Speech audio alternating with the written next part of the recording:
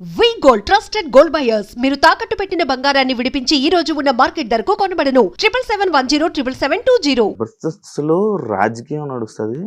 Like ఒక artist ఇంకొకరితో like భజన చేయడం కానీ లేకపోతే వాళ్ళ వెనక అది తిరుగుతూ ఉంటది ఉంటదా ఉంటది ఉంటదా పార్టీలు ఉంటాయి ఉమ్, ఊరికే ఉమ్, ఇప్పుడు మేము టీం లీడర్ అయ్యామా ఉమ్, మేము టీం లీడర్ అయిన తర్వాత మా జీవనన్న అంటే నేను జీవనన్న కలిసి కదా టీం ఉమ్, జీవనన్న వాళ్ళ అబ్బాయి బర్త్డే అని చెప్పి మొత్తం అందరినీ తీసుకెళ్లి పార్టీ ఇచ్చాడు ఇంటికి ఉమ్, తీసుకెళ్లి ఉమ్. పార్టీ అంటే తెలుసు కదా కొంచెం అవును, మంచిగా అన్నీ ఉంటాయి అవును. మటన్ చికెన్ ఆ. బాటిల్ ఆ, అన్నీ ఆ, ఉంటాయి ఆ, అవి ఉన్నాయి ఆ, అది ఏందో అన్నెసెసరీ కదా బట్ ఉమ్, అది ఎందుకంటే మంచి కోసం అంతే ఉమ్, ఆ భజన కోసమే ఉమ్, తర్వాత మళ్ళీ భోజనాలు పెట్టించాం అదేంటి అందరూ పెట్టిస్తారు టీం లీడర్ అయిన ప్రతి ఒక్కరు ఒక షూటింగ్ రోజు భోజనం పెట్టిస్తారు Hmm. నాన్ వెజ్ అది మేము పెట్టించాం Hmm. అది అందరికీ పెట్టించాం కాబట్టి అది భజన కిందకి రాదు అది Hmm. ఏదో ఫార్మాలిటీ అన్నట్టు ఉంటుంది అది Hmm. అది వేరు Hmm. బట్ ఇంక ఇట్లాంటివన్నీ ఉంటాయి ఇది ఏదో మా జీవన దగ్గర నుంచి ఒకసారో రెండు సార్లు జరిగింది ఉమ్. బట్ ఇంక మిగతా వాళ్ళ దగ్గర నుంచి జరుగుతూనే ఉంటుంది మొత్తం అప్పుడున్నంత ఇది మళ్ళీ ఇప్పుడు లేదు కదా. షో జబర్దస్త్ మొత్తం లేదు, తగ్గిపోయింది పడిపోయింది కదా. పడిపోయింది అంటే ఆ పాత వాళ్ళు అందరూ వెళ్ళిపోయారు కదా అవును, అందరూ వెళ్ళిపోయారు bro. అవును. ఇంక ఇప్పుడు ఏం చూస్తారు అంటే ఇంకొకటి టైమింగ్స్ కూడా ఈ టైంకే నువ్వు చూడాలి అంటే ఆడియన్స్ కూడా రెడీగా లేరు అవును, ఆడియన్స్కి ఏంటంటే ఇప్పుడు ఆ ఫ్లెక్సిబిలిటీ కావాలనిపిస్తుంది అవును, సో సోషల్ మీడియాలో ఓటీటీలో యూట్యూబ్లో అలా చూసుకోవడానికి ఇష్టపడుతున్నారు అవును, అలా చూస్తే రేటింగ్లు రావుగా అవును. అందుకే ఒక వీక్ లేట్గా టెలికాస్ట్ చేస్తున్నారు యూట్యూబ్లో అవును, చూసా అవును, ఇప్పుడు అవును, అవును. బట్ అయినా ఇంకా యూజ్ ఉండట్లా అవును. అండ్ ఇంకోటి కామెడీ కూడా రిపీట్ అయిపోయిన ఫీలింగ్ Repeat. వచ్చేస్తుంది మరి ఇప్పుడు మళ్ళీ లైక్ అంటే కొత్త మళ్ళీ పాత వాళ్ళని తీసుకుని వచ్చి మళ్ళీ అవును కొత్తగా జబర్దస్త్ అనేది మళ్ళీ స్టార్ట్ చేసింది. నేను పిలవలే లేదు పిలవలే రియూనియన్ దాని మీద పిలవలేదు రీయూనియన్ కూడా పిలవలేదు. దానికే పిలవలేదు మళ్ళీ టీం లీడర్కి పిలుస్తారా దాని మీద రివ్యూ కూడా చేసావు కదా, అలా ఉంటదా అని. నేను ఒక వీడియో చేశా ఆ. అది ఎందుకు చేశానంటే నాకు రాఘవ్ గారు ఫోన్ చేశారు ఆ. ఫోన్ చేసి ఇట్లా మహేందర్ గారు బాగున్నారా అని జనరల్గా అప్పుడప్పుడు ఫోన్ చేస్తుంటారు ఆయన రాఘవ్ గారు మంచి ఆయన ఉమ్. ఆయన ఏదో పర్పస్ ఉంటేనో అని కాకుండా జనరల్గా కూడా ఫోన్ చేస్తారు ఉమ్. చేశారు ఇట్లాగా ఎలా ఉన్నారండి ఏంటి బాగుందా మొత్తం అట్లా అని చెప్తున్నప్పుడు నేను అడిగా నార్మల్గా ఏంటి సార్ ఇప్పుడు ప్రజెంట్ పరిస్థితి ఏమైనా అప్డేట్స్ ఏంది ఇప్పుడు అదే ఫ్లోనాలు ఏంటి ఏమైనా మారుతుందా అంటే లేదండి కొన్ని మార్పులు చేస్తున్నారు ఉమ్. శ్రీపాద గారు మళ్ళీ వస్తున్నారు ఇట్లా కొన్ని చేస్తున్నారు పాత వాళ్ళని మళ్ళీ తీస్తున్నారు ఇట్లా ఉంది అని చెప్పారనమాట ఉమ్. ఫోన్లేండి అని చెప్పి నేను ఇంకా అదే టాపిక్ మీద ఒక వీడియో కూడా చేశాను నేను యాక్చువల్లీ ఓకే. ఎప్పుడు వచ్చేసావు నువ్వు జబర్దస్త్కి? ఎందుకు వచ్చావు? నార్మల్గా యాక్టింగ్ ఫీల్డ్కి ఎందుకు వచ్చావు? అంటే జనరల్గా నేను జాబ్ 2016లో నేను ఫైజర్ అని ఒక ఫార్మా కంపెనీలో జాబ్ చేస్తూ ఉండేవాడిని బాగానే చదివావు కదా. అంటే బానే అంటే డిప్లొమా వరకు చదివా బట్ అప్పటి వరకు టాపరే అవును. చదివినంత వరకు టాపరే బాగానే చదివేవాడిని మంచి మార్క్స్ ఉండేవి బట్ మా ఫాదర్ నాకు డిప్లొమా సెకండ్ ఇయర్లో ఎక్స్పైర్ అయిపోయారు ఉమ్. ఉమ్. అది 3.5 years కోర్స్ అది ఉమ్. శాండ్విచ్ కోర్స్ అంటారు ఉమ్. So sandwich కోర్సా? ఆ శాండ్విచ్ నాన్ శాండ్విచ్ అని ఉంటాయి అనమాట ఆహా. Non sandwich 3 years okay. Sandwich 3.5 years ఉంటాయి డిప్లొమాలో ఓకే. సో అది ఎందుకు అన్నారో మాకు అర్థం కాదు తర్వాత ఎవడో జోక్ గా చెప్పుకుంది ఏంటంటే ఈ 3.5 years వాళ్ళకి ఇంకో 6 months వేస్ట్ అయిపోతాయి కదా ఆ. ఆ 6 months శాండ్విచ్ అయిపోద్ది వాళ్ళకి కాబట్టి అలా శాండ్విచ్ కోర్సులు అంటారని చెప్పి అట్లా జోకులు వేసుకునే వాళ్ళం అయితే మెటలర్జీ నాది ఆ. Diploma in metallurgy um. So చాలా టఫ్ అండ్ థియరిటికల్ సబ్జెక్ట్ అది ఉమ్. దాంట్లో కూడా చాలా బాగా చదివేవాడిని ఉమ్. అంతా బాగుండేది బట్ మా ఫాదర్ ఎప్పుడైతే ఎక్స్పైర్ అయిపోయారో ఉమ్. ఉమ్. మా మదర్ నన్ను 2.5 ఏళ్ళు చదివించడానికి చాలా ఇబ్బంది పడ్డారు ఓకే. సో ఇంకా ఆ తర్వాత అంతకంటే అంటే కష్టం కదా ఆ.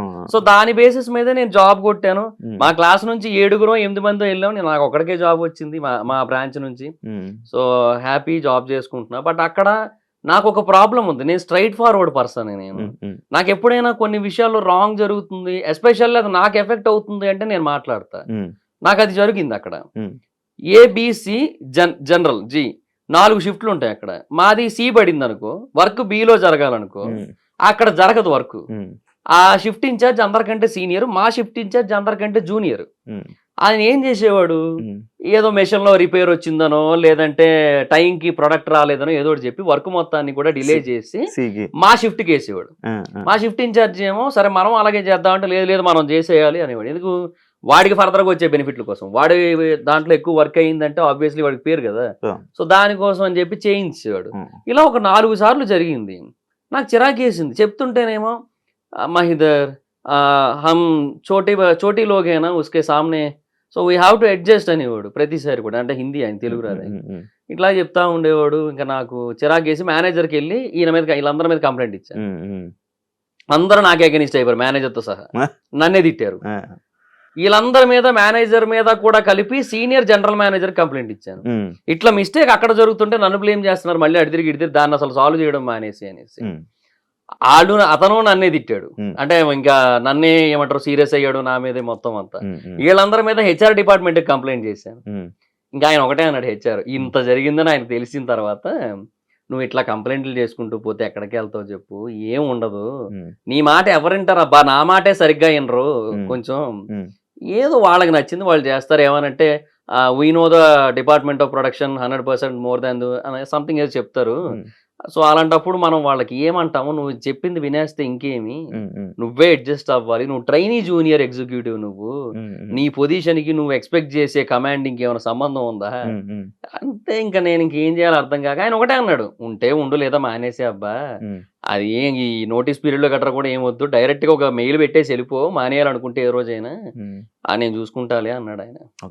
నీకు అంటే లైక్ నువ్వు ఇంత స్ట్రైట్ ఫార్వర్డ్, నువ్వు ఇంత ఏదైనా ఓపెన్ గా మాట్లాడడం వల్ల నీకు ఇండస్ట్రియల్ లైఫ్ లేదంటే యాక్సెప్ట్ చేస్తావా? అది కూడా ఉంది, బట్ దాని వల్ల కూడా కొంతవరకు మేబీ నాకు కొంచెం ఏమంటారు ఆ సపోర్ట్, ఆ రీచ్ అనేది వచ్చింది. యాక్చువల్గా ఆర్పిఎన్కి నేను నచ్చిందే ఆ స్ట్రైట్ ఫార్వర్డ్నెస్ దగ్గర, అండ్ రెండోది నా మెమరీ పవర్ దగ్గర. బేసిక్ గా స్కిట్ లో జబర్దస్త్ లో ఏంటంటే వాళ్ళ డైలాగులు మటుకే వాళ్ళు గుర్తుపెట్టుకుంటారు, నేను అలా కాదు, స్కిట్ మొత్తం గుర్తుపెట్టుకుంటాను. గుర్తుపెట్టుకొని అందరితో నేను ప్రాక్టీస్ చేయిస్తాను. స్టేజ్ మీద ఒకళ్ళు ఎవరైనా మర్చిపోతే అందరికీ నేనే అందిస్తా. సో అదొక్కటి ఆర్పిఎన్ నాకు బాగా నచ్చింది, అందుకు తీసుకున్నారు అట్లా. సో ఓకే, ఆ స్ట్రైట్ ఫార్వర్డ్నెస్ నాకు దెబ్బ కొట్టిందిలే కొన్నిసార్లు, అది ఒప్పుకుంటా, నేను బోల్డ్ దొబ్బులు పడ్డాయి నాకు దాని వల్ల, కానీ ఇంకా తప్పదు. ఆర్పి గురించి మాట్లాడుతున్నావు కాబట్టి, ఇదే ఆర్పి సేమ్ ఇలానే ఇదే జబర్దస్తులు ఉంటే మళ్ళీ జబర్దస్త్ నే తిట్టాడు, దాన్ని నువ్వు యాక్సెప్ట్ చేస్తావా ఆయన మాట్లాడిన మాటలకి? అంటే 100% అయితే చెయ్యను, బట్ కొన్ని కంప్లైంట్స్ అయితే వాస్తవమే. ఇప్పుడు అక్కడ ఎలా ఉంటదంటే రైటర్లకి ఆర్టిస్టులకి ఇంపార్టెన్స్ ఇవ్వకుండా మేనేజర్లకి ఫుడ్ విషయంలో ఇంపార్టెన్స్ ఇవ్వడం అనేది జరిగింది. ఒకరోజు రాజ్ కుమార్ అన్న అని టాప్ మోస్ట్ రైటర్ జబర్దస్త్ మొత్తానికి ఆయనే నెంబర్ 1. అలాంటి పర్సన్ ఆయన ఎప్పుడో కానీ ఇక్కడ తిండబ్బా ప్రొడక్షన్ లో, ఆయన బాక్స్ తెప్పించుకుంటాడు, లేదంటే ఆయన ఆర్డర్ పెట్టుకుని తింటాడు ఆయన. అలాంటి పర్సన్ ఆ రోజు ఏమో ఇంకా సరే వర్క్ ఎక్కువ ఉంది కదా మళ్ళీ అన్ని ఎందుకు లేని తినేద్దాం అని చెప్పి వెళ్ళారు అక్కడికి. ఎగ్ అడిగితే ఎగ్ అయిపోయింది అన్నారు. సరే అయిపోయిందని చెప్పి ఏదో తింటూ ఉంటే మేనేజర్లు వచ్చి కూర్చున్నాక ఎగ్ బుర్జీ వెళ్ళింది, కళ్ళ ముందు నుంచి వెళ్ళింది. వెళ్తా ఉంటే ఇందాక అయిపోయింది అన్నావు కదా, ఇప్పుడు ఎక్కడి నుంచి వచ్చింది అంటే ఇది మేనేజర్ల కోసం సెపరేట్గా ఉంచింది. పెద్ద గొడవ అయింది, చాలా పెద్ద ఇష్యూ అయింది. నెక్స్ట్ డే ఏం చేశారు చెప్పనా, ఓవరాల్గా ఎగ్ తీసారు. ఇప్పుడు ఏం చేయాలి, యాక్చువల్గా అందరికీ ఎగ్ పెట్టాలి, అది కదా చేయాల్సింది, ఎగ్ మొత్తం తీసారు.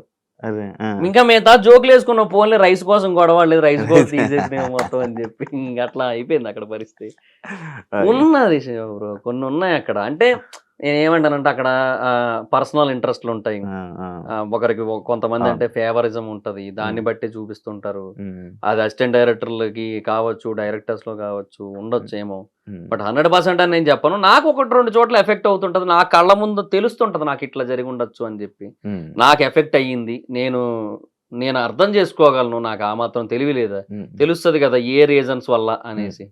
వాళ్ళు ఏదో కవర్ చేసుకుంటారు స్కిట్ కోసం, స్కిట్ బాగా రావడం కోసం, అది ఇదని అంటారు, బట్ అది ఓవరాల్ గా ఏ కారణం చేత అలా జరుగుతుందో మనకు అర్థం అవుతుంది కదా, జరిగాయి అట్లా అంతే.